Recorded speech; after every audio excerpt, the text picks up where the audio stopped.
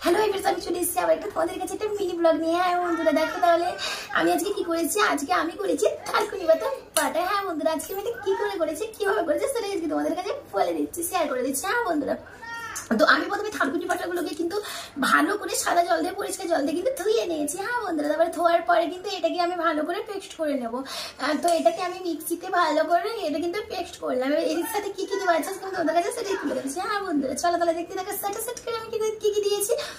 তো এর মধ্যে দিয়েছি কিন্তু 2-4টা মানে অল্প করে কিন্তু ধনে পাতা। হ্যাঁ, ধনে পাতা থানকুনি পাতা একসাথে পেস্ট করলাম। হ্যাঁ বন্ধুরা, এর সাথে কিন্তু মিশিয়ে কিন্তু এটাকে আমি ভালো করে বেটে নিলাম। হ্যাঁ, তারপরে এটা বাটার পরে অল্প পরিমাণ কিন্তু মরিচ গুঁড়ো দিয়ে দিয়েছি, পরিমাণ মতো কাঁচা সরষের তেল দিয়ে দিয়েছি, অল্প করে লবণ দিয়ে দিয়েছি। আর দেখতে থাকো একদমই কিন্তু রেডি থানকুনি পাতা বাটা। চলো তাহলে খেয়ে দেখা যাক কেমন লেগেছে। দারুণ, চাইলে তোমরাও বাড়িতে করতে পারো। টাটা।